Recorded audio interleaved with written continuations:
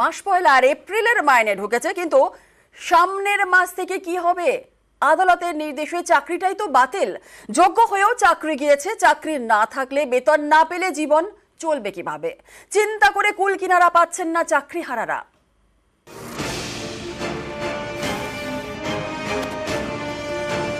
আমরা যে কি করব, কোথায় যাব, আমাদের কোনো আইডিয়া নেই। আমার ছোট বাচ্চা আছে, বাড়িতে অসুস্থ মা। 22 এপ্রিল হাইকোর্টের একটা রায়, প্রায় 26,000 চাকরি বাতিল, যোগ্যদেরও চাকরি গেছে। এই সব চাকরিহারাদের সময়ে মাইনে, অ্যাকাউন্টে ঢুকেছে এপ্রিল মাসের বেতন, কিন্তু এর পরের মাস থেকে কি হবে ভেবে পাচ্ছেন না কলকাতার বাসিন্দা প্রসূন রঞ্জন দাশগুপ্ত এবং তার স্ত্রী মীনাক্ষী দে। প্রসূন রঞ্জন 2011-এ এসএসসি পাশ করেন, চাকরি পান উত্তর 24 পরগনার বসিরহাটের স্কুলে। ভালো র্যাঙ্কের জন্য আবারও 2016-র এসএসসি পরীক্ষা দেন, পাশও করেন। এবার চাকরি পান কলকাতার নারকেলডাঙ্গার স্কুলে। 2016-এ এসএসসি পাশ করে চাকরি পান প্রসূন রঞ্জনের স্ত্রী মীনাক্ষীও। দুজনেরই চাকরি গেছে, এখন সামনে যেন শুধুই অন্ধকার। আমাদের হাজব্যান্ড ওয়াইফ দুজনের একই রায়, একসঙ্গে চাকরি চলে গেছে। আমরা যে কি করব, কোথায় যাব, আমাদের কোনো আইডিয়া নেই। আমার ছোট বাচ্চা আছে, বাড়িতে অসুস্থ মা। সামনের মাস কেন, আগামী দিনগুলো কিভাবে চলবে, সে খাতে ভিক্ষার বাটি এখন আমাদের উঠতে হবে। তাই তো আমরা দেখতে পাচ্ছি আজকে আমাদের যে অযোগ্য বলছে। আমরাই তো মাধ্যমিকের খাতা দেখেছি, আমরাই তো উচ্চ মাধ্যমিকের খাতা দেখেছি। নতুন যে রেজাল্ট বেরোবে, মাধ্যমিকের রেজাল্ট, উচ্চ মাধ্যমিকের রেজাল্ট, তাহলে সেই রেজাল্ট গুলোকে আমরা অযোগ্য বলবো? সেই রেজাল্ট আমরা অযোগ্য বলবো? ইনি প্রত্যুষ রায়, পূর্ব মেদিনীপুরের রেয়াপাড়া আদর্শ বিদ্যাপীঠের শিক্ষক।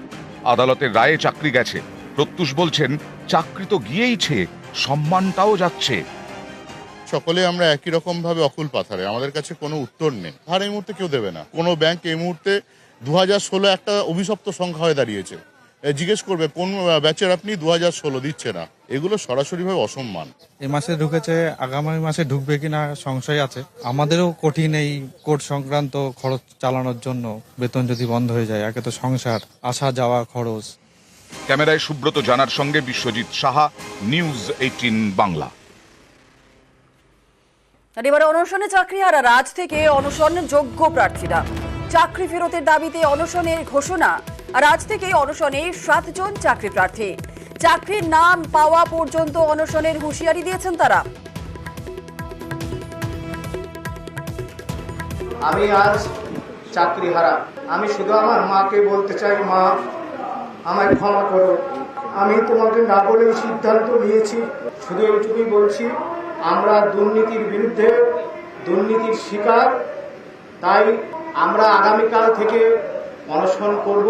আমাদের অবিলম্বে ওএমআর শিট প্রকাশ, যারা যোগ্য, যারা ঘুষের বিনিময়ে চাকরি পেয়েছে তাদের আলাদা করে, যোগ্যদের অবিলম্বে বিদ্যালয়ে পুনর্বহালের দাবিতে আমরণ জীবনের শেষ রক্তবিন্দু পর্যন্ত আমি এই আন্দোলন চালিয়ে যাব।